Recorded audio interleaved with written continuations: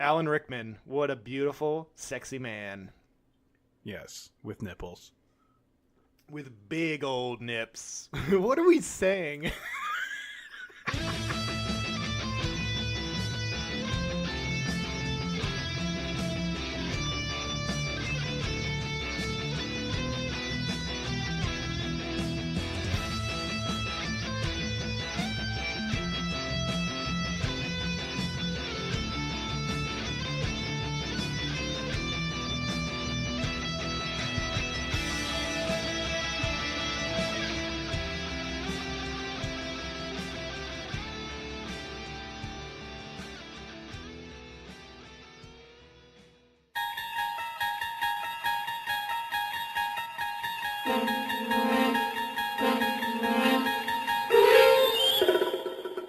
Sitting in his room, on his chair, with little left to do but live his own life, a man named Jared anxiously awaits his co-host to get on. Yet, he is but one pawn in this grand scheme of chess we call life, and he is not the key player, no, he is nowhere near the bishop nor the rook. It is not his game. It is not his game. What? What's happening? He questions the narrator as if there's some kind of ability to do so. Oh. Okay. Hey, you can stop that now. You can stop that. Okay. Rod Serling, I am not. Oh. Although I will say that the narrator from The Similars, he certainly got it right. Like, The it Similars. was very Twilight Zone-y and very, very, nostalgic, I suppose. Are you going to Hey, Dan. introduce the show? I mean, come on, Jesus. How are you, bud? Good. How are you? Oh, I'm doing so good. God, we haven't done this in a while. Yes. What's going on? What's happening? Well, I went on a very long trip, which... This is the Old Boys Podcast, Yes, by the way, if you weren't sure. We are the Old Boys Podcast, and we are Dan and Jared, and we review Netflix movies. But before we do that today, I want to talk a little bit about some stuff. Like, I went on to a big old trip, 18 days Vacation, to all I ever wanted. Vacation. Japan and South Korea, and oh my God, I learned a lot. This trip. I learned a lot about me. I learned a lot about other cultures. First thing that I learned is I'm not capable of handling more than 10 days in a foreign country. Okay, I thought you were going to say something incredibly racist. No. I was very homesick after 10 days, and I'm like, holy shit, there's still a week left. And I was like... First thing I learned about Korea is I hate Korea. No, actually, because I had only been to gross. Korea prior to this trip, and I went to Japan, and they are so different. Are Like, they? Japan... The Japanese people are very humble compared to South Koreans. Like, South Koreans will fucking stare at you, no shame. Just look at you for being a foreigner. Don't they get really close to you, too? They don't have, like, boundaries? No. Japanese people, they get very close. Japanese people do that? Because there's just so much, there's so many of them, like, and there's not enough room. So, like, they don't respect boundaries because you can't. But in South Korea, there's like a little bit of space, and it's not as crowded. So if you're confused right now, we will talk about a movie a little later on, but I want to hear all this because Dan hasn't told me any of this yet. Oh my God! But I'll tell you. I'll tell you more throughout the time. But there's like two awesome moments in my vacation. By awesome, I mean very humiliating for me. The first was in Japan. The second was in South Korea. Wait, can I guess? Are both of these you taking a shit? One is very close to me taking a shit. The other is not. Shit Watch 2018. So which one do you want to hear first? The one that involves the most amount of shit. Continue. Are you sure? Let's save that one because I think that one's the better story. But all right. We'll save it. While we were in South Korea, while we were in Busan, South Korea, we were hiking up Train to this Busan. mountain. Yes. And we weren't hiking it up per se. We took Mount a big Fuji? cable car, and oh my God, that cable car was amazing. It was a 5-minute cable car where it just took you up the mountain, and it was horrifying.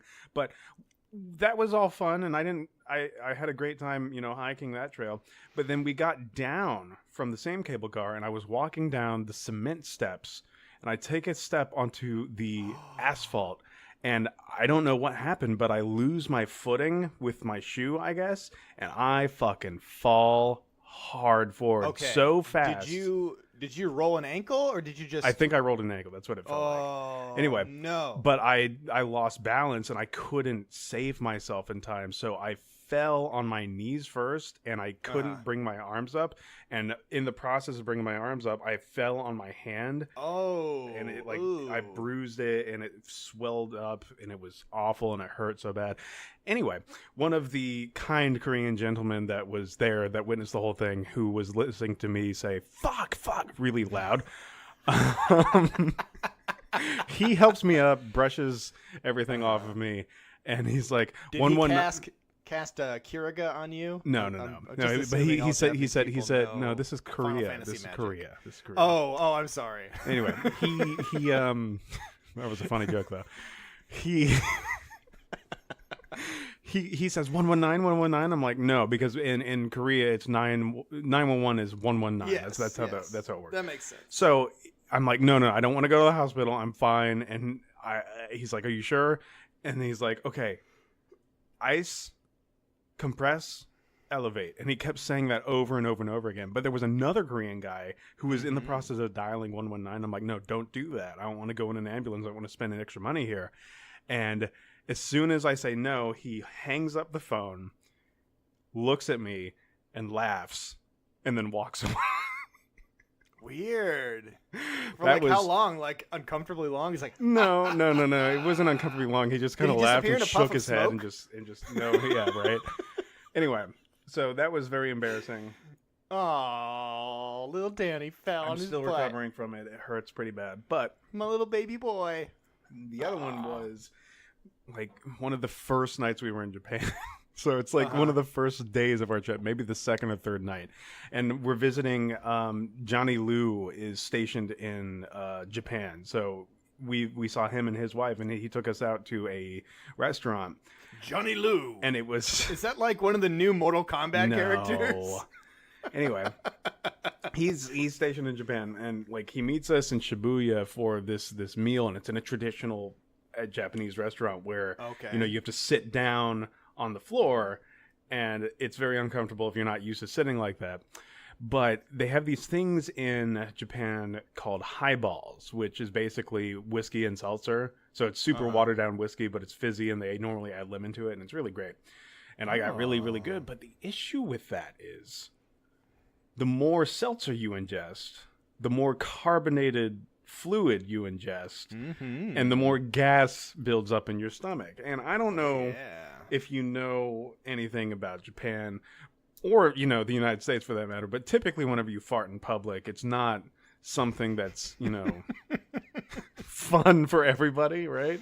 Oh, God. So I feel it bubbling up, and I'm like, oh, man, I really have to go to the bathroom. So I'm like, where's the bathroom? And he told me where the bathroom was. And because Michelle and Johnny's wife, they are gone. Like, they went outside to smoke or something. So as I'm getting up, it's just me and Johnny. I fucking fart. And the ladies behind me go dead silent. And me and Johnny are sitting there looking at each other, and he starts to laugh really hard. And then his laughter makes me fart even more. What? Like, it's just pushing more out of my body. And he starts laughing even more. You're like the little kid from Willy Wonka and the Chocolate Factory. Yes, but instead of you flying up into the sky, you're just farting a lot. Exactly. And an old man is your Japanese friend. No, he's not. He's Chinese, but that's besides the point. Oh, I'm sorry, Chinese. Anyway, he starts laughing even more, and then I fart, and these women behind me start laughing at me, and I feel so mortified, and I'm so afraid to go to the bathroom lest they see me. But that's basically it. I mean, like it's pretty hilarious. So you couldn't wait to get to the bathroom. No, because like as soon as I went to get up, like my belly pushed on my diaphragm and just went. I couldn't help it. I couldn't do it. So, moral of the Another story amazing fart story. is, do not fart in Japan, or else you will be ridiculed by women. You're lucky you didn't get banished to some kind of shadow realm. So that's lucky for you, I think. Oh man. Or challenged to some kind of card duel. I don't know. There's so many things that could happen. No, they're hunting ghosts now. That's the new thing. They're little ghost monsters they're catching. Yokai, as they call them. Well, wow, Dan, that's great. You're really traveled and worldly, and we get it. Your life is way better than everybody else's. Not Are you done? necessarily. Are you done now? Bragging? Yes and no, because I also want to bring up this other thing, and it can be a really, really short segment, not even 2 minutes. I recently watched the Star Wars movies, Force Awakens and The Last It's Jedi. the Star Wars. It's the Star Wars. Okay, continue. I told myself I wouldn't, but then people convinced me otherwise, and I finally caved, watched them. Two things. This is of the new Star Wars. These are the right? new ones. Okay. I can't even tell you the name of them. When you were trying Force to describe Awakens this and to The Last me, Jedi. Yeah, you were trying to tell me which Star Wars you watched, and I'm like, I don't know any of the names of the I Star don't know. Wars movies. Here's the so deal. many. Here's the deal. There's a lot of problems with them, Mm-hmm. but Better than the George Lucas ones, right? I found myself enjoying them, which is weird. I will say what these films do better than anything else in the entire franchise is set design and mise en scène. Oh my god. Like in The Last Jedi where like they're in that snowy planet and all the red salts underneath everything. That looks so it's really fucking cool. And then the evil general lord, his throne room is all red. That looks amazing. Oh, and his guards? Yes. His bodyguards are really cool, too. Like all of these set designs that like they're just so striking visually that they stuck with me. I'm like, holy shit, this is very impressive actually. Yeah. But I did not like, and what really took me out of it, I did not like how silly they are. They never used to be this silly, and I think I know why they're very silly. I think it's because Disney took over. Oh yeah, Disney's gonna run this fucking shit to the ground. They already are doing that. Because it's like it's silliness in a way that's, 8-year-old humor. Like I'm watching the new animated thing from Disney. I'm like, this is stupid as fuck. Like all those little bird thingies that Chewbacca like tries to eat, I guess. Besides that, it's very. Besides that, it just I don't know. The movies are the silliness is really, really, really bad. The silliness is real, guys. The silliness. So, I agree. I like a lot of the new characters. I think my theory on this, and I think I've this might even be confirmed. I don't know. But my theory on them bringing in like foreign actors, like having like a Chinese guy or stuff like that. They do that in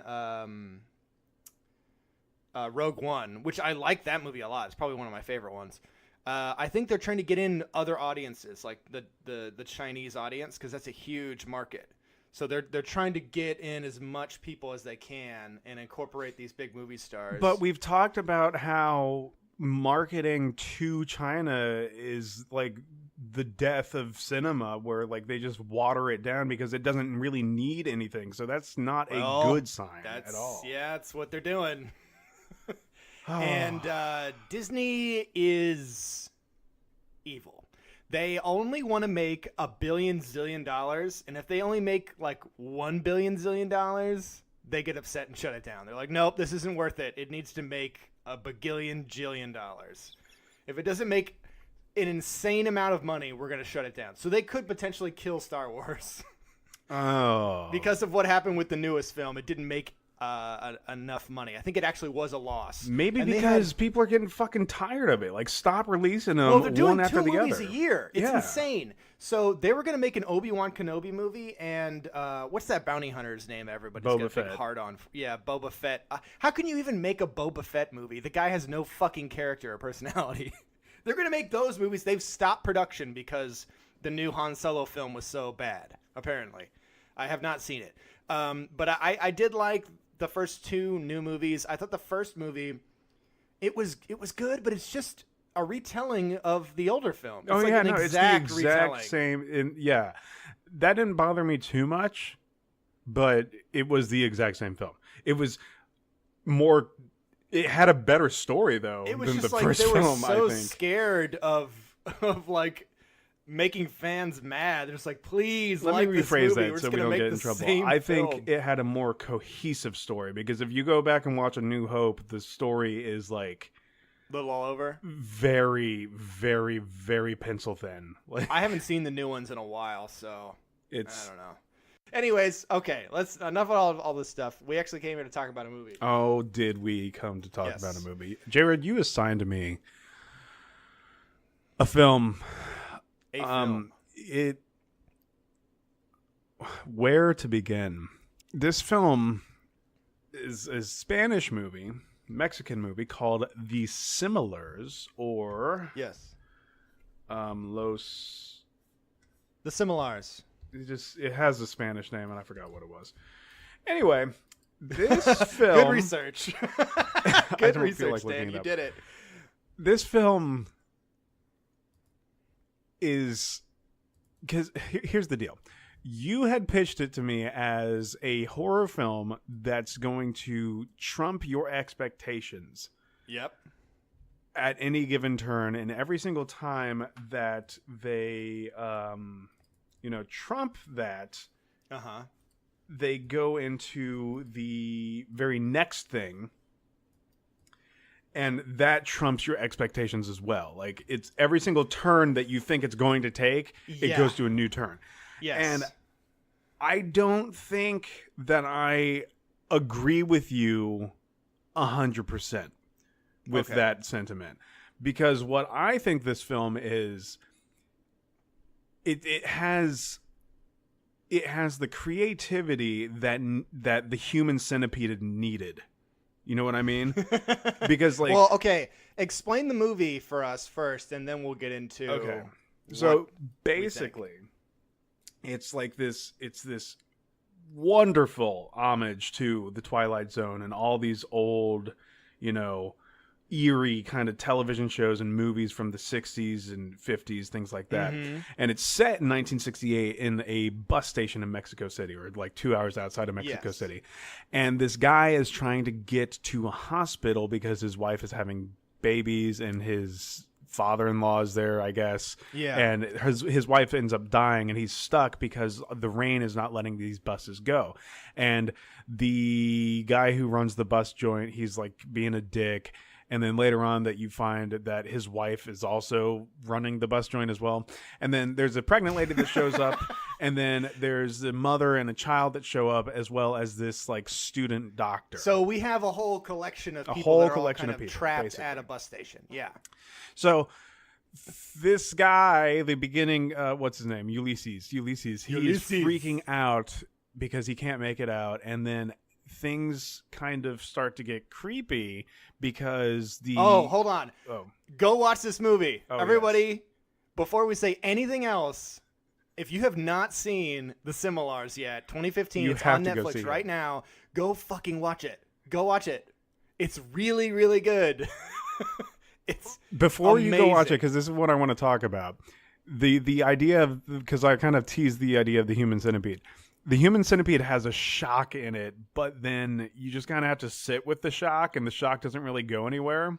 Yeah. This movie has a better shock because of how outrageous it is, Yeah. and the pacing it gets is also more really good. creative with it, and Oh, it doesn't yeah. stop with the outrage. It's Yeah, and wonderful. there's good paced scenes of just like all these different beats where you're getting hit by crazy shit. And usually when something crazy happens, it's happening to all the players, Yes. even if they're not even in the same room. So like different insane things are happening in so different spots here's what of the bus happens. station. So we're all in the bus station, and the bus Finally. station owner, he like kind of has a seizure, passes out, and then he starts freaking out whenever everybody shows up, and he's like, "That man," and he's pointing at Ulysses, and Ulysses, like it needs to be said, has a very distinct look. He has like an Eric Yes. Estrada haircut with a gigantic bushy beard. Yeah, so he has like long kind of flowing hair that goes down almost to his shoulders, Yeah. right? Yeah. And then he's almost like a Jesus figure, Yeah, I guess is a absolutely. good way to describe it. Yes. but like more of a a little shorter hair. A 70s Mexican cut. Like it's a very distinguished cut. Like more of a Jesus. Yeah, it's more of a Jesus. A Jesus look going on. Anyway, the Martin is the guy who runs the bus station. Martin. He starts freaking out and screaming because like he's shaving himself and he cuts himself and he's like he wraps his head up and he's like, that man is the devil, that man's the devil. Yeah. And then everybody's like, what are you talking, like I love how nobody acknowledges, like we'll talk about that, but nobody fucking acknowledges things whenever they first happen. And nobody believes anything whenever it first happens, and that kind of adds to everything. But we've come to find out that everybody starts to look exactly like Ulysses, and everybody thinks that it is a disease. Turning into him. Yes. So not physically, just their physically, but like just their face. Everything else is the same. Yes. Body wise, I guess. Yes. But their faces all start to turn into Ulysses' which face. Is classic Twilight Zone plot, and it looks fucking hilarious. It is. What is amazing about this film, my first impressions, is the twists in this film are simultaneously the scariest thing and also hilarious. Yes. Like, yes. I'm laughing and afraid at the same time. And I've never experienced that in a film. It was wonderful. They do such a good job of keeping me on edge. I'm just like, what the fuck is going on? This might have been like one of the greatest reveals of a horror thing ever, because how could you ever guess? There's no way I could ever guess that this is where this movie was going. So I sent a link to Dan that is related to the film, and actually while you're reading it, Dan, I will talk about it. So it is about the I will say the Mexico City massacre. It's called it's Tlatolco. It's hard for me to pronounce that. The Tlatelolco massacre. And it was about, I guess, in 1968. Oh, that's weird. When this movie takes place, there was a huge protest against the Mexican government at the time. And of course, I don't know all of the facts on this, but I guess there's a lot of political unrest, and there was a lot of student protesters, and people were coming out, and there was a big revolution going on in terms of people wanting to kind of changed the way the government was working. A lot of people were dissatisfied with the current setup, and they wanted to unionize, and they wanted to do all these different things. And the government was like, "No, you're not doing that. We're not going to let you do any of that stuff." And apparently, the government opened fire on all these people, and they killed. Estimated, this is according to Wikipedia, so I don't know. Almost 400 people, 300 to 400 people died that day. And in this film, they do a lot of equating to this disaster, this rain that's falling down, and people turning into Ulysses as kind of that. So there's a weird metaphor of, I think, because they reference this massacre a lot, and they talk a lot about protesters and like, are you one of those hippie protesters, or do you work for the government? You're like one of those fuckers that work for the government. So there's this big back and forth, and a lot of it is about losing your individuality. This whole film is about that. So who can take that away from you? And in this case, it's the government. It's the Mexican government. So I think the villain what in I'm this reading here is the government. So it says the Mexican government invested a massive $150 million in preparation for the 1968 Olympics hosted in Mexico City. Yes. That amount was equal roughly to $1 billion by today's terms. So like the Mexican government is dumping all this money into this very globalized scheme that's not necessarily going to preserve Mexican culture. So that may have contributed. And it's hurting everyone else. Yeah, it's hurting everyone else. So that might also money. contribute to the loss of individuality, because like now we're going to have a lot of tourism in Mexico and everybody's going to be the same. Yeah. And then, I mean, like controlling people and making them like you fucking do what we're telling you to do. And like, we don't care about your individual rights or whatever. Like just do what we say. And that's kind of the whole point of the film, is losing your individuality without knowing you've lost it. And I think that's kind of amazing what this guy did. Oh. By taking This is a a really horror good quote movie too. and equating it to this massacre. Yeah, this is a really good quote too. I'm quoting Wikipedia, but it says Sergio Zermeño has argued that the students were united by a desire for democracy, but their understanding of what democracy meant varied widely.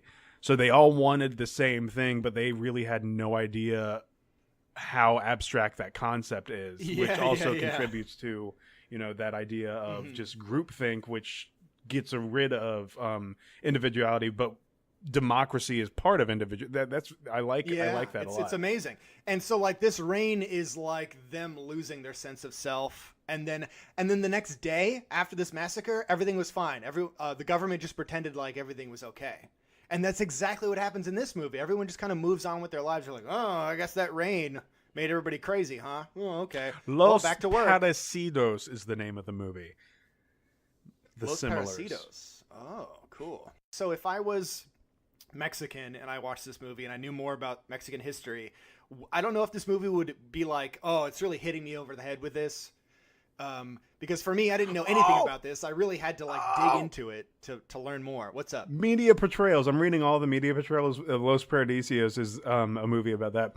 Alejandro Jodorowsky dramatized the massacre in the Holy Mountain with birds, fruits, vegetables, liquids, and other things falling and being ripped out of the wounds of dying students. Remember that scene? Yes. Yes, I do. Wow, that makes a lot more sense. Awesome. Jesus. See, Jodorowsky's just been trying to educate us, man. He doesn't want to just show us weird penis rocks that shoot water out of them or when you fire jaguar your gun at him. tits.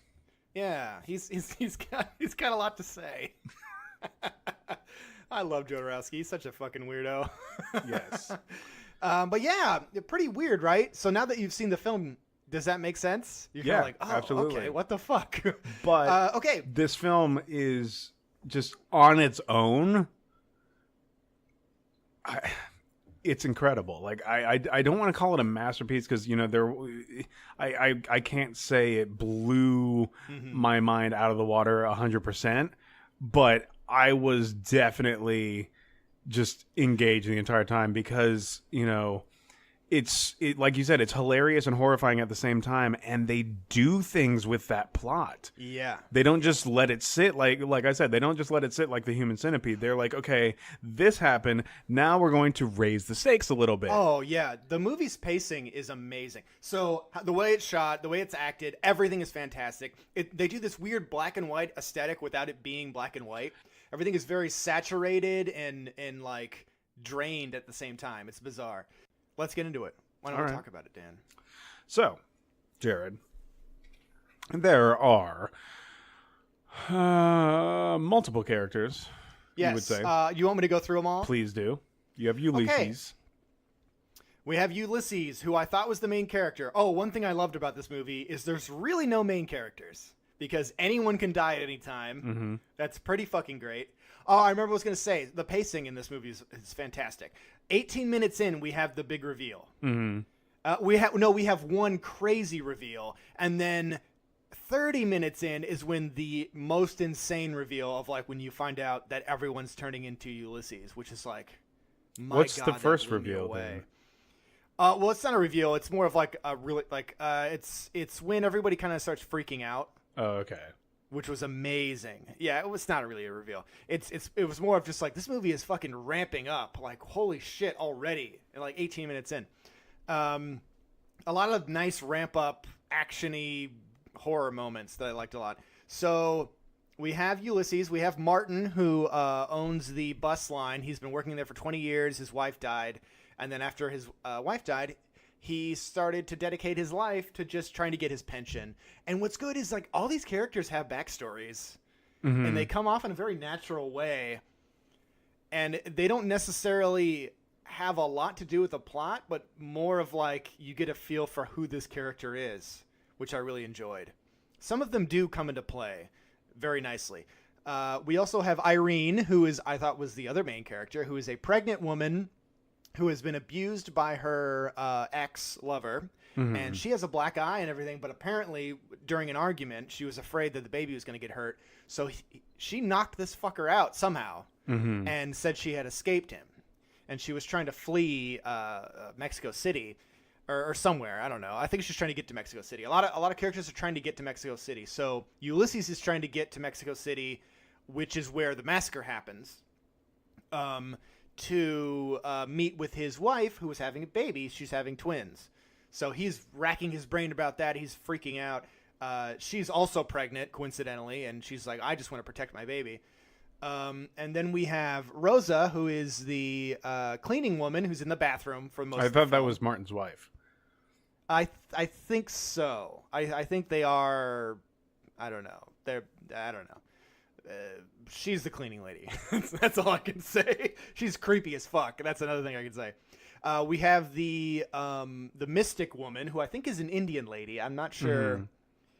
Well, she's a native. Native. Okay, she's a native. So she speaks a lot in this film in a different language that the characters don't understand. So I don't know exactly what language she is speaking, but it's not Spanish because they make it a point of not getting what she's saying. And she's one of those archetypes, which it's classic, where it's like the mystic native woman knows everything about the plot and is like literally telling you what the plot is. But she can't communicate it clearly. Yes. And I wanted to look up, like, what is she saying? I want to know. I couldn't figure it out, though. I couldn't find anybody saying a translation for what she was saying during the film. So that's neat. I love shit like that. But now that I'm thinking about it, she gives shit away. Oh, yeah. If you watch this movie again, Dan, it's just as fun because now you get to see all the nice hints that the filmmakers left for you. And everything fits so well. Like, I have a better understanding of the little boy that we'll talk about later and like his motivations, what's going on with him. Because at first I'm like, oh, this is fucking insane. This doesn't make any sense. And it actually does. It actually kind of fits together pretty well. Mm-hmm. They do a good job of explaining there's a psychic boy in the film, which you're like, what? I thought we already had a crazy reveal. There's another crazy reveal. There's a lot of fucking crazy shit in this movie. So we have the doctor, who is Alvaro, who we'll just call the doctor. He is supposed to be, this is hilarious, he's supposed to be a young 25-year-old college student. Did you believe that for a second? He looked like a Mexican Jason Schwartzman to me. Absolutely. This guy looked like he was in his early 40s. Yeah. He's like, and when he introduced himself, he's like, I'm a young man of 25. And I'm like, is this a joke about like old horror movies or something? This has to be some kind of joke because there's no way that dude is 25 years old. He looks so old. Oh, it was funny because Irene looks like she's maybe in her 20s, right? And then like the contrast from her to that guy, the doctor, it was very funny. Because the joke in the movie is the doctor's not really a doctor. He is a medical student. Yes. And he keeps calling himself a doctor, and they're like, no, you're a medical student. He also smokes weed, I guess. It comes into play later because he gets called a hippie and stuff. And a student protester, which fits in with the whole massacre thing. So we have him. We have the mother and son, and that's what we'll refer to them as. The mother is a restaurant business owner, and at one point with her son, they had a huge tragedy in a restaurant. Yes. And she is very offended when people bring it up, and she says, if you keep talking about this tragedy, I'm going to call the police on you. And without context of that wiki I gave you, Dan, you're just kind of thinking, oh, she's just very defensive, and it's very traumatic. And she says, you know, my son went through an episode or whatever, but he's better now, and he would never do that again. And they're like, well, yeah, your son's loco or whatever, and he hurt those people. And if you just think of the son as the Mexican government, everything really fits into place. Because you think about it, it's like, oh, the government did some bad shit a while ago, but that was a while ago. Don't think about it now. Everything's fine now. That would never happen again. We would never treat our people this way again. Oh. And then it happens again, Dan. Oh my God. That makes sense. So little boys have been equated to the Mexican government. And she's like the spokesperson or like whatever. I don't know what she would be, the PR. The news, maybe. I don't know. So that's their deal. She has to give the little boy medication. A neurotransmitters, I think what they call it. I don't know. And it's supposed to sedate the little boy because he's afraid of the rain. He's super fucking freaked out by the rain. Mm-hmm. I don't think there's any more characters. I think that's everybody. No, that's everybody. Nice. So now that I'm thinking about it, like whenever Ulysses is in the phone booth and like the music is playing and he finds out that his wife has died giving birth to his twins. Yes. Very climactic moment in the film, by the way. The old lady is screaming at him from outside the phone booth. Yes. And I think she's screaming at him because she realizes that he has changed, because we know him as this guy who has this haircut, but his actual picture is not. Oh, another big reveal. Yes. So this is later on in the film. He never really looked like that. So I think whenever the old lady is confronting him for the first time, she's trying to tell him, hey, there's something up with your face. Mm-hmm, mm-hmm. Yeah. Ulysses looked more like a lumberjack. Yes. Almost like a white lumberjack, I guess is what I can describe. And now he looks like Mexican Jesus, like what we were saying, short-haired Mexican Jesus. Yes. And he still had a big bushy beard, but it's very obvious when you look at the photo. Oh, he looks different, but not so different. You know what I mean? Like so like when he touches his beard and he's trying to look at himself in the reflection of the phone booth, he can't see it very clearly because he still kind of looked like that. Mm-hmm. So he wasn't able to piece it together. And what's amazing is throughout the entire film, everyone keeps saying, everybody looks like you, Ulysses. Like, or they'll say Ulysses in plural. He's like, why do you keep saying it like there's multiple versions of me? He's confused throughout the entire film. Because he no doesn't one's telling see him. Yes. What everybody he doesn't else know what sees. he looks like. Yes. He thinks these people just look like weird people. And he doesn't get it, which is amazing. Yes. And everyone keeps calling him a devil because everyone thinks they look like him. But in reality, he's just another victim of this virus or whatever it is. And what's great, too, is that the old woman, she knows immediately something is wrong. So Ulysses gets to the bus station. He makes that phone call to the hospital, and he can't get a hold of them. There's a lot of great repetition in this movie with like trying to talk to the bus driver, and it's kind of funny. I like how this movie flows in its weird like cyclical motion of the characters kind of going through these different stages of acceptance of like they're stuck at the bus station. And then Irene shows up and he's like, "Oh, you can use the phone booth." She calls a taxi. Yes. So they're like, "Okay, we're gonna wait for this taxi, and also my boyfriend might be trying to hunt me down in this green Camaro or something." Or I forget if they could get a hold of a taxi. I don't think they could actually. No, they could. Oh, okay. Like they were sending a taxi, but like the taxi shows up, drops off the mom, the kid, and the doctor. Yes. And then leaves. drives away. Yeah. Yep. Okay, you're right. And so they're kind of hanging out together, and Ulysses is finding out more information about the woman, and they go get themselves a classic Coca-Cola out of this really cool looking Coca-Cola machine. I was like, oh, it's so neat. And so Ulysses goes up to the old woman and is like, "Hey, do you want to share a cab with us?" And she's cowering in a corner because as soon as she sees Ulysses, she freaks out. She's like, "You're Diablo. You're the devil. You need to get away from me." And she's got like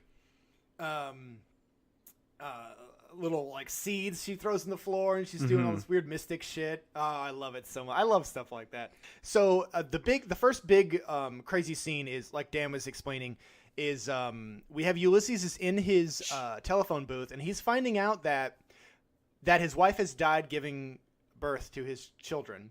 But the doctor says very specifically, the children look exactly like you. They look exactly like each other and exactly like you. Mm-hmm.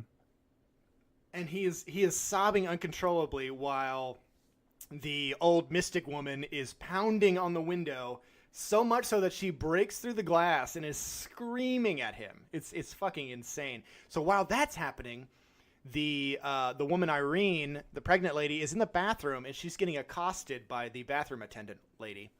And this woman is so manic and creepy. Like, these scenes happening simultaneously were so terrifying to me, the way they ramp up the tension. And while that's going on, the old man Martin was trying to change the radio, and he accidentally turns the volume up all the way because he's transforming into one of the creatures. And the way they do that is that they have his hand. They only show his hand on the radio, and it's like shaking, and he's falling on the ground. It's such a good shot. I loved it so much. So he's freaking out, and he's turning up the radio on accident. So now the music is playing really, really loud, and Ulysses is getting pissed off. He's yelling for everything to just shut up and stop. And then the bathroom attendant is like touching the woman's belly and like, oh, I can feel your baby, blah, blah, blah. And the bathroom attendant lady won't let Irene leave the bathroom, and she's being really scary. So like all this shit, Dan, is happening at the same time. All the characters are engaged in some kind of dangerous and then heightening of what's going on, and that happens throughout the film. There's different moments of like the next moment like that is whenever everybody shows up, so we have all the characters finally, and they're trying to figure everything out. And then like the Martin, the bus stop owner, he is conscious again, and he's shaving his face, and we don't know why, and he's wrapping his head up in bandages. He's like an Igor guy now, then kind of.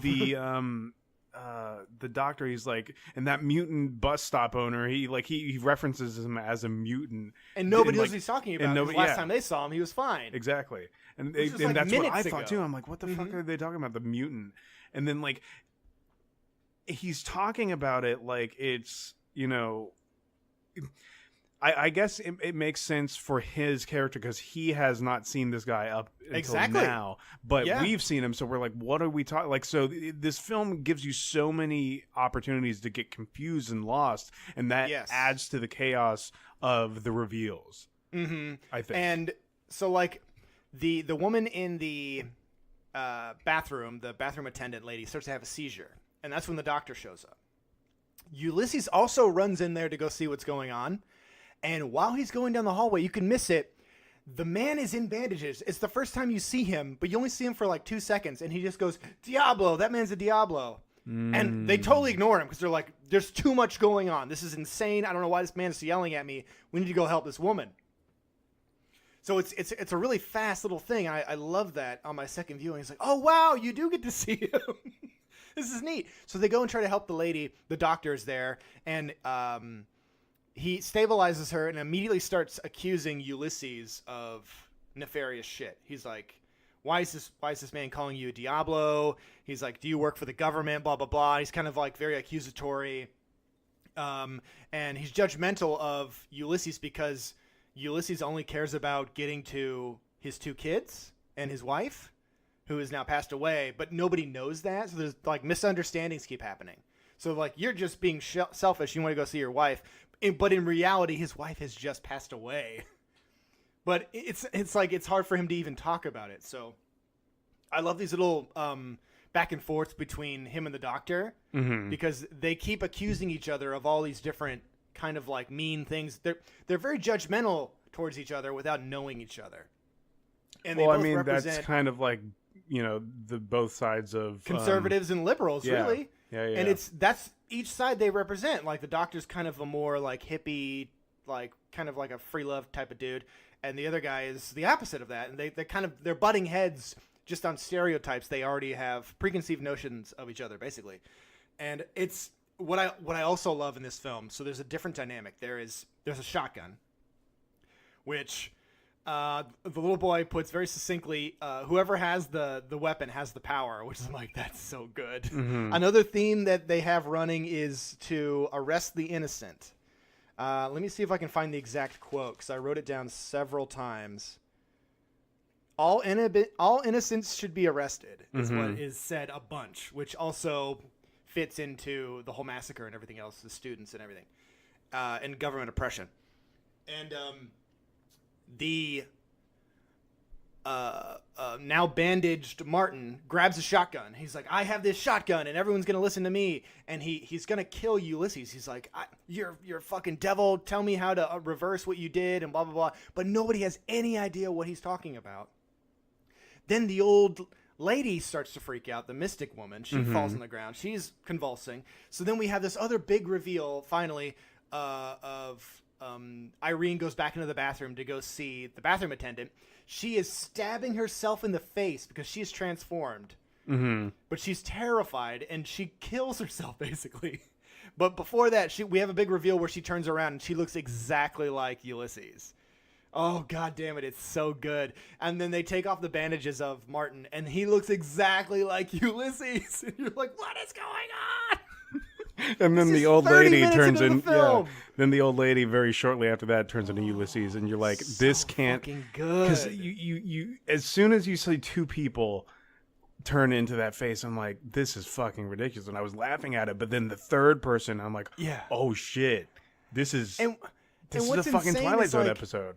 You're like, why is this happening? That's the big thing. It's like, why is there a virus that just makes you look like someone else? And the best part about this, I think, is like throughout all this chaos, they have the radio on and they're listening to the news of everything that's happening. Yeah, outside. The radio is like another character. It's so good. And like, there's like a scientist that basically, and so basically, let's just kind of talk about it right now. The kid is the one who's controlling everything. Like the kid has psychic powers, and he's basically remaking this comic book that his mom used to read to him. To like cope with stress, and it's a game to him essentially. But there's Dan said that very nonchalantly, but it is fucking insane. Yeah, there's a big clue in the radio where like one of the people says the rain. We tested because everybody thinks the rain is what's making all this happen. Yes, outside, and they said they tested the rain and there's no recognizable elements because the rain's not fucking real. It's made by the kid. Or the rain is alien. It's foreign. But so no, there's different theories. Okay. I have a different theory. Okay. So the little kid, we'll just cut right to this. It is revealed that the little boy is evil, and that last time he had his incident, he had hurt a lot of people. In the very beginning of the film, Martin kills an ant. Yes. The bus stop owner. And it's not a thing you really thought about too much until your second viewing. And he crushes an ant like it's nothing. He just wipes it with his finger. And the way that this little boy views the people in this film are like ants. It's a game to him. He even explains it when he reads the comic book to Ulysses, who's tied up. He says, ants think they're all individuals and that they're all their own person until humans see them. And the people above, the humans, they look down on ants and they only see them as their playthings, like a game. It doesn't, like, literally it doesn't matter to them. The way, like, a person would kill an ant is how he views these aliens playing with us, which aliens are basically the government and this little boy. So it's like, I love that, how they can equate that so well in such a weird, silly concept. And what's also good is that it's very confusing if the aliens are really real or not, because at first the little boy says, I've made them up. Mm-hmm. But then there were times where it looks like he was like legit being controlled by them. Yeah. Yes. And there's times where he looks like he's trying to fight them and cloud his mind and keep himself occupied, almost like if he plays with his cars and his toys for long enough, then the aliens can't get into his head.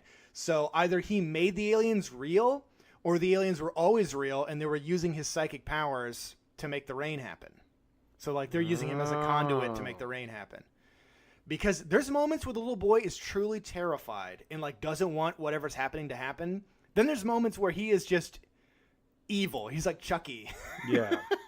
And it's like, is he being controlled? I don't get it, because he's very schizoid in the way he thinks.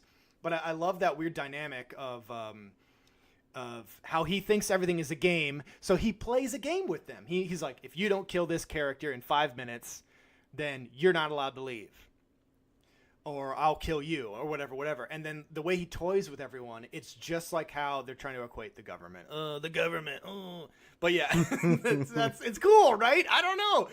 Because when I first watched this film, I didn't get any of this. Probably mainly because it is a Spanish film, so a lot of those finer concepts were probably lost on me. But watching it again, it really did hit home on like what's going on. So this movie, I think, demands multiple viewings. Honestly. Yeah, I probably have to loved watch it again. It's for fucking sure. great. It's just as fun the second time, and then you get to see all these weird little hints too.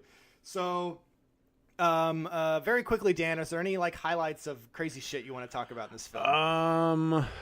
Yes. Because there's so many things. Oh my god. You should just say all the crazy shit that happens. So rapid fire. They try the doctor guy. I think he's the only one that never changes. No, he does. Everyone changes. Okay. Everyone does. Well, okay. So one of the big reveals is, and this is okay. This kind of frustrated me. This was a weird pacing. This is the only pacing I had a problem with. But what's her name? Irene. She goes into where Martin was, and she makes this insane discovery, and you know what the fucking discovery is. Yeah. You're just waiting for it to happen, but you fucking wait for it. Like nobody wants to listen to her for like 30 minutes, and it takes forever to get to what pictures? her. Yeah. She's like, I have these pictures. Yeah, because like nobody wants to listen. Exactly, and she could solve everyone's suspicions of each other. And I love how, like I said, that dynamic of the gun. Whoever has the gun has the power. Which again, the government and guns. We all get it. Jared, shut up. And I like how everyone keeps changing with whoever has the gun and whoever's tied up or arrested or whatever. You know what I mean? Yeah, like how it keeps changing. Because how many people get tied up in this movie? At least the two main characters, like Ulysses and the doctor, they change roles several times throughout the film, if you notice, which is pretty good. But go ahead. Sorry. Well, so basically, Irene's reveal is all the pictures, like everything. Like there's a portrait of Sean Connery as James Bond, it's so Marilyn funny. Monroe, Yeah. the Beatles, all of them have this weird haircut. They look like Ulysses. Combo, yeah. It's so it's fucking hilarious. funny. And then they go through painstaking detail to go through this porno of all these like pinups. Oh my god! And they're all Ulysses. It's so funny, and it's like really disturbing and hilarious at the same time. Like this is so good. They spent so much time showing you this, and then they start taking other people into the room, and they're like, "What do you see?" And they're like, "Oh, it looks normal to me." Mm-hmm. And then other people see Ulysses. So what happens is they lose their individuality so much that they stop seeing the differences in other people. Yeah. So then everything actually becomes normal again to them, even though everything is different. And it's so cool. It's such a good concept. It really is. Oh, I love it so much. But then here's the thing, where like, all right, so one of the things about the kid is very strange to me, where he how he says, because I want to say it's strange. I think there's something to it. How he says that arrest the innocents, or all the innocents must be arrested. Yeah, like the kid repeats that. Oh yeah, he says. So it a lot. you want to think about it like, you know, these are things that this kid has heard on the television, on the radio. Oh yeah. Mm-hmm. So he has this kind of misinformed concept of what it means or what that whole thing meant, because he's like only 8 years old. But he retreats from all this chaos into this comic, and he has the ability to make this comic come to life. And this comic just so happens to be this really weird allegory for everything that happened in Mexico in 1968. Wait, oh God, it's so weird. Isn't it so good? And I love how they're taking a little boy and making him the government. Like, that's how much like the government's basically a child, which I fucking love. Yeah, I like that too. It's such a good idea. Especially whenever you get to see like his evil faces, because like he's really good at those evil faces. So he's wearing this weird brace on his neck. How like the medicine gets distributed through this brace in his neck, and when he finally snaps, he locks some people in the bathroom with the dead body of the woman who committed suicide. And then he goes up to Ulysses, and that's when he reads the comic about how like aliens came down and turned everybody into they look like gay Hitlers in the comic. You know what I mean? It was just like John Waters looking fuckers. Like everyone looked like John Waters. But in the actual movie, everyone looks like Ulysses' character, I guess. And he's like, yeah, they took him all over and it was great. And then he tells him, the whole, you have to kill Martin because he has the keys. Martin never had the keys, but he can teleport. This is what was hard. I was like, suspend your disbelief, Jared. Everything's fine. Yeah. Is that the little boy can teleport matter at his will, and he's holding everyone hostage in the building. So nobody can leave. There's extended scenes of people trying to leave the building. They cannot leave. The doctor even shoots his shotgun into the wall, into the building wall, and it bounces off like nothing. And he's like, the bullets aren't firing or the gun's not working. I don't understand. No, it's not that it bounces off. He makes the bullets go somewhere else. He's because like the kid's like, no, it's just you weren't aiming properly, and then he shows all the bullets on the different ground. Marks. Yep. Yeah. So he can't make things like disappear out of existence, but he can move them. So he can hold things and move them around as he wishes, which is pretty cool. And they do a lot of neat effects with him doing that to people. And Ulysses refuses to fucking kill anybody. He just wants to leave. So now he's trying to escape, just like the doctor tries to escape. They literally him and the doctor reenact the same scenes over and over again. They mirror each other so well. And I think that is very deliberate. 100%. Of how... Yeah, because of who they represent. You have the working class and... Exactly. Yeah.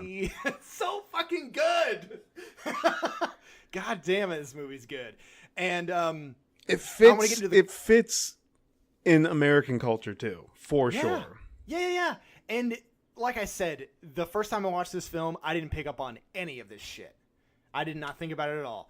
So crazy shit the kid does, because this is the like third or fourth big crazy shit. So the mom is begging the little boy. He's like, please don't do this. Don't go crazy again, like your father did. Because your father had to be committed. And you promised me you would never do this again. Which could be, like the other regime or the other form of government. Like how they keep getting overthrown and new governments and stuff. Could have been like the last time. So they're repeating history. And the little boy literally says, I don't remember that. So, oh my God. And then he kicks his mom in the chest and she flies into the Coca-Cola machine. She flies so far. Yeah. So, okay. So what we have is the little boy is the government. We've already said that 100 times. Dan, I don't know if you know this, but the little boy is the government. Ulysses as the working class and the doctor as like the liberal hippie students. class. Yeah. But the mother is an abstract concept of the Mexican people. Where they're like, she's like, please don't do this again. You promised you wouldn't do this. So she's basically both of Ulysses and the doctor combined. Mm-hmm. And then Ulysses and the doctor are like the individual parties. It's pretty good. Oh my God. Yeah. This movie's So fucking good. genius. So great. And Martin? He's a bus driver. Martin's the town drunk. Yeah. Martin's that uncle that you got to keep an eye on, No, just kidding. I don't know. We all can have different allegories or whatever for every character, I don't know. He is the hardworking man who just thinks, if I put in my time every year, I'm going to get that pension and I'm going to retire and I'm going to live a great life. And that doesn't happen for him. It gets stolen from him. Everything he works so hard for gets stolen. His wife dies. He dies in this film. He never gets to retire. And then Irene is somebody who's trying to escape the regime. Yeah. It's so good. It all fits together. It all fits. It's amazing. It's perfect. It's amazing. We can all make it fit our agenda, Dan. We can. So more crazy things the little boy does. He takes the keys from Ulysses. Because now Ulysses has the keys and the shotgun. And he has the little boy up against the wall. And he's like, I'm going to shoot you, little boy. Even though I just watched you drop kick your mom across the fucking room. The little boy says, oh, you don't have the keys anymore. And he's like, what? And the keys appear in the doctor's mouth. And the doctor throws up the keys. And you're like, holy shit, this is crazy. And then the little boy says, how are you going to shoot me if you don't have the shotgun anymore? And then he's like holding in the shotgun like he has it, but there's nothing there. And he's like, what the fuck? And the shotgun's gone. It's in Martin's hands, the man he was supposed to kill. Then he uses a little toy that he has that has a little shotgun, and he cocks the fake little toy shotgun on the man, and then Martin cocks the gun, and he's controlling him through like voodoo puppetry. And then he makes Martin shoot him with the shotgun several times, which is fucking rad. And then he runs over Martin with a fucking car that comes through the bus station.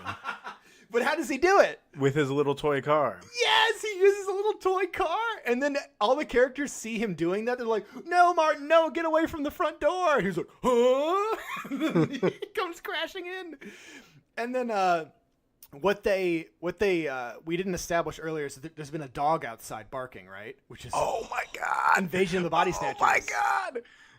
A classic reference to all Invasion about of the Body that. Snatchers, man. Yes. And the dog has been jumping at them, and like that was like their first deterrent of going outside. They were afraid of the dog. And then after a while, they're like, let's just try to get out of here. Then they couldn't just leave. They could not leave. And so now this car has crashed in, which is the boyfriend, we're assuming, who is dead. He comes in, kills Martin. While that's happening, a baby is being born. Irene is having her baby. She dies during childbirth. And it is an intense fucking scene. Dan, can you guess what the baby looks like? You have Ulysses? 3 guesses. If you said Ulysses, you're correct. It's terrifying. It's really fucking scary.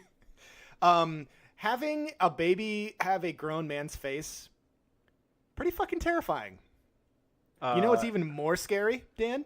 A fucking dog with a grown man's face? How about being teleported with the baby into a car while you're tied up? And then have the dog try to get in. Yeah. So I forgot. you went from one moment of delivering a woman's baby to seeing it's a freak monster Ulysses baby to I am now tied up in a car that has just killed a man. This happens so fucking fast. It's insane. And the stakes keep raising. You're like, how can this get any more crazy? And he's in the car, and now there's a dog with Ulysses' face attacking him with a baby screaming and crying the whole time that is also Ulysses. And he is turning into Ulysses. What the fuck? It's so crazy. What happens to the doctor, by the way? I think he dies. I just forget how. Oh, no, he's blamed for the murder. Oh, you're right. He gets blamed for all the killings. He gets arrested, yeah. Yes, you're right. And then you're the police are like, it must be some crazy pot. Yeah. It's so good. Yeah, because he had the drugs or whatever. Oh, man. So out of control. So the little boy has effectively killed everyone. He's killed the 2 main characters, Ulysses and Irene, who I thought were going to live throughout the entire film because they were the most reasonable-ish characters, I guess. I don't think anyone else is alive. Martin and his wife are both dead. Yeah, Or the everyone's cleaning dead lady. at this point. No, the old lady, she survives because she's the one that confronts him on the bus. Mm-hmm. So it's the old woman, the mother and the son, Yes. and the doctor who gets blamed for the murders. Yes. And the kind of epilogue of the film is that only the little boy knows. So, like, everything has changed, but no one has noticed. Only the very special few remember Which is the the old change. lady. Which is the people who lived through the massacre. Yeah. The people who were affected by the massacre. But that is would the be old woman and the that mother. would be the mother and the old woman. Yeah. Yes. And who also remembers? The government. The little boy. He remembers. And the guy who's blamed for everything, who is in jail now. Yes. The hippie, the students, the protesters who got arrested. It's fucking genius. So they all get on the bus together besides the hippie who gets arrested. Everyone forgets what had happened because now everyone looks exactly the same and they all kind of go back to normal. And the only one who can see that anyone has changed is the little boy. Duh, do I need to say it again? And then we have, if you haven't figured it out yet, The little boy's the government. little boy equal government. For God's sakes, pay a fucking attention. Thank you. He gets on the bus, and if it hasn't been super obvious yet,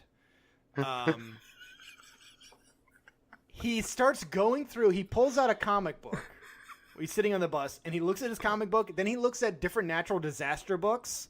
Then he literally looks at a book that is that references the actual massacre. Mm-hmm.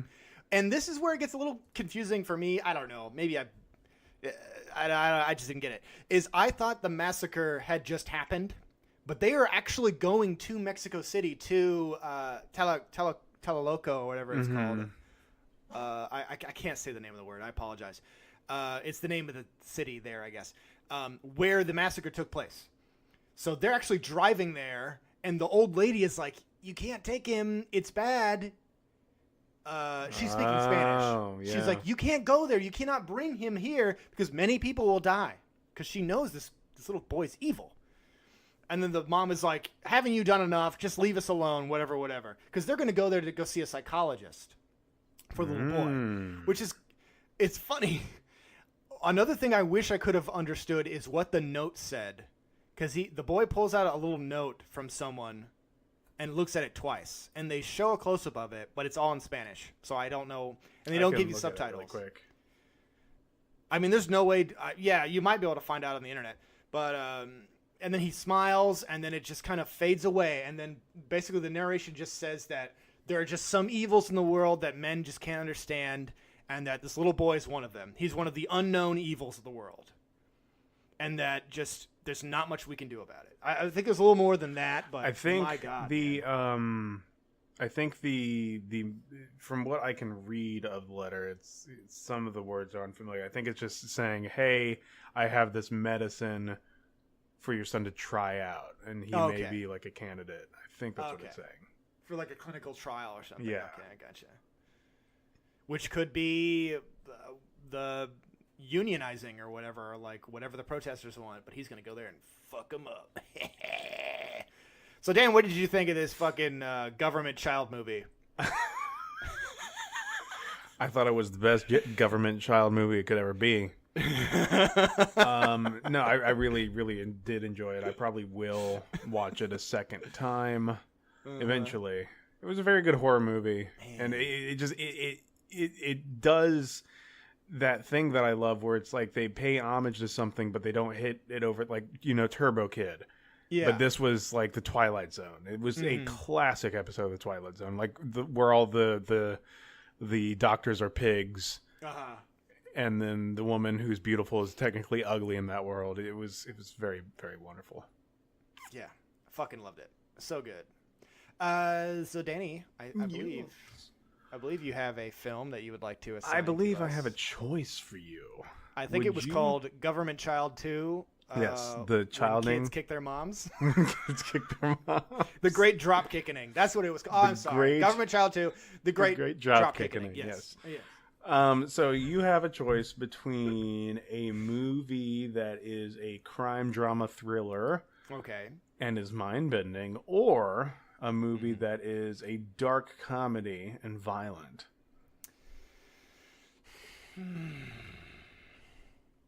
I'm going to say dark comedy against my better judgment.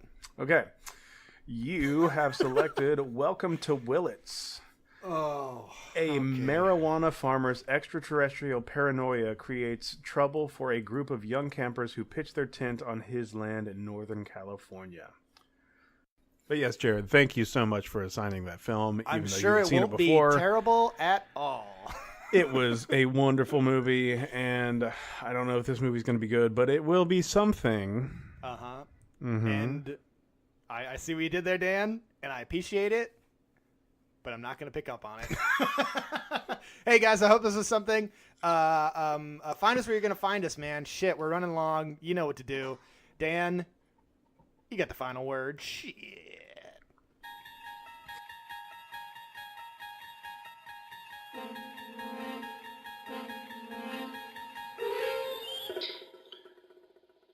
Is it a dream? Is it the internal nexus of his mind? We don't know. The innocent should be arrested!